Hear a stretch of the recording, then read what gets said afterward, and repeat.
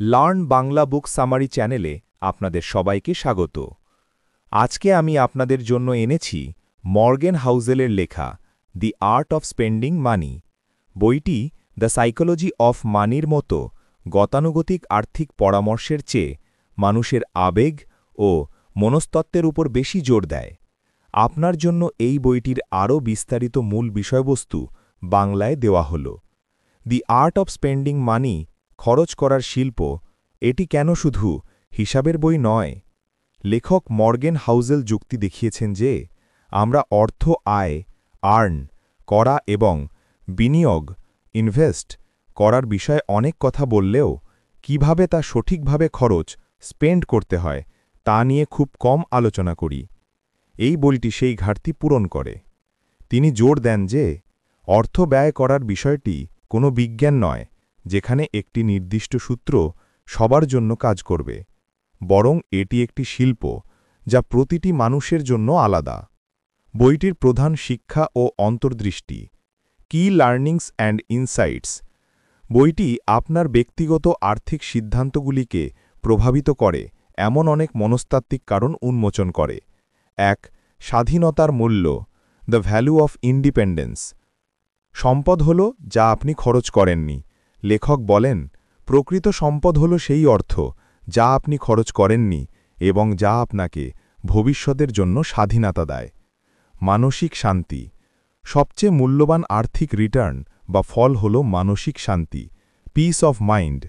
এমনভাবে খরচ করুন যাতে আপনার জীবনে চাপ কম আসে এবং আপনি শান্তিতে থাকতে পারেন। ২. সামাজিক ঋণ ও তুলনা, সোশ্যাল ডেপ্ট অ্যান্ড কম্প্যারিজন।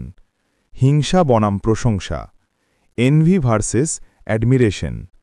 আমরা প্রায়ই হিংসাকে প্রশংসা বলে ভুল করি। আমরা অন্যদের মুগ্ধ করার জন্য বা তাদের মতো হওয়ার জন্য অর্থ খরচ করি, যা আমাদের নিজের কোনো আনন্দ দেয় না। স্ট্যাটাস স্পেন্ডিং পরিহার, দামি জিনিস কিনে সামাজিক মর্যাদা স্ট্যাটাস দেখানোর চেষ্টা করলে তা আপনাকে ফাঁদে ফেলতে পারে। তিনি এমন জীবনযাপন করতে উৎসাহিত করেন যেখানে আপনার অন্যের কাছে কেমন দেখাচ্ছেন তা নিয়ে ভাবতে হবে না। ৩.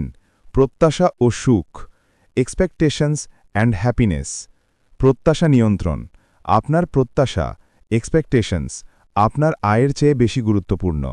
আপনি যদি আপনার আয় অনুযায়ী প্রত্যাশা কমাতে পারেন তবে আপনি আরও বেশি সন্তুষ্ট ও সুখী হবেন। খরচের দ্বিবিধ ব্যবহার, টাকা ব্যবহারের দুটি উপায় আছে।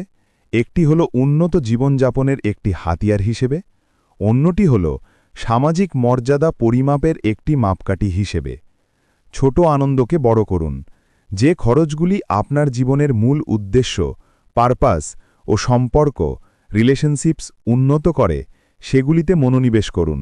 যেমন বন্ধু বা পরিবারকে বাড়িতে দাওয়াত করার জন্য ভালো ব্যবস্থা করা একটি দামি গাড়ি কেনার চেয়ে বেশি সুখ দিতে পারে। ৪. ধীরে গতিতে এগিয়ে যাওয়া, going slow to build wealth. দ্রুত ধনী হওয়ার চেষ্টা না করে ধীর গতিতে এবং ইচ্ছাকৃতভাবে স্লো ডেলিবারেট সম্পদ গড়ে তোলার ধারণাকে সমর্থন করে, যা শেষ পর্যন্ত দীর্ঘস্থায়ী সন্তুষ্টি নিয়ে আসে। তিনি ব্যক্তিগতভাবে আপনার জন্য কি সত্যি আনন্দের, যেমন ভ্রমণ, শখ বা অন্যকে সাহায্য করা, তা খুঁজে বের করতে এবং সেই অনুযায়ী খরচ করতে উৎসাহিত করেন। গুরুত্বপূর্ণ কথা, বইটি আপনাকে কোনো রেডিমেড বাজেট বা ফর্মুলা দেবে না, বরং এটি আপনাকে শেখাবে আপনার খরচ করার অভ্যেসের পিছনে কেন, হোয়াই লুকিয়ে আছে, যাতে আপনি সচেতনভাবে এবং নিজের সুখকে অগ্রাধিকার দিয়ে আর্থিক সিদ্ধান্ত নিতে পারেন। আপনার জন্য প্রাসঙ্গিকতা, রিলেভেন্স টু ইউ।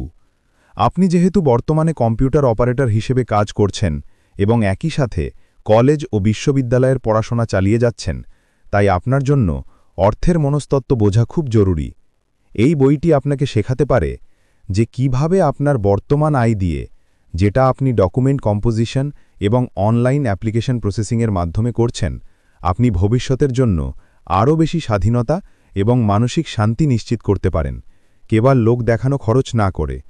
যদি ভিডিওটি ভালো লেগে থাকে তাহলে একটি লাইক দিন, শেয়ার করুন বন্ধুদের সঙ্গে, আর এমন আরও বইয়ের বাংলা সারাংশ পেতে চ্যানেলটি সাবস্ক্রাইব করুন এবং ঘন্টার আইকনে ক্লিক করুন নিচে।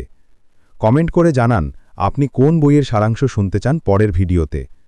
দেখা হবে পরের বইয়ের অসাধারণ গল্পে। ধন্যবাদ, ভালো থাকবেন।